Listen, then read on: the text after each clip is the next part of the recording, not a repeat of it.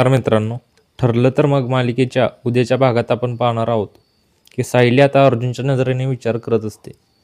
ती मनात म्हणते, जर मैनावती आणि सदाशिव यांच्या केसचा तपास अर्जुन सरांनी केला असता तर त्यांनी प्रत्येक गोष्टीचा सखोल विचार केला असता. कारण सत्याकडे नेणारा धागा कोणता हे आधी कधीच सांगता येत नाही. म्हणून आता सायली मैनावतीच्या रूमकडे जाते आणि रूममध्ये चावी शोधू लागते. तिला चावी सापडते सुद्धा.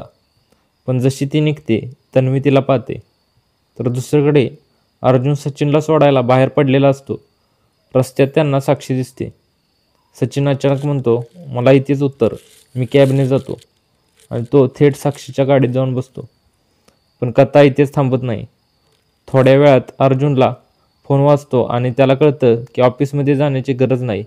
तो म्हणतो, ठीक आहे, मग मी जिजूंना सोडतो आणि गाडी परत वळवतो. पण अर्जुनची गाडी परतताना पाहून सचिनच्या चेहऱ्यावरचा रंग उडतो. आता अर्जुन सचिन आणि साक्षीला एकत्र पाहणार का हे आपल्याला येणाऱ्या भागातच कळेल.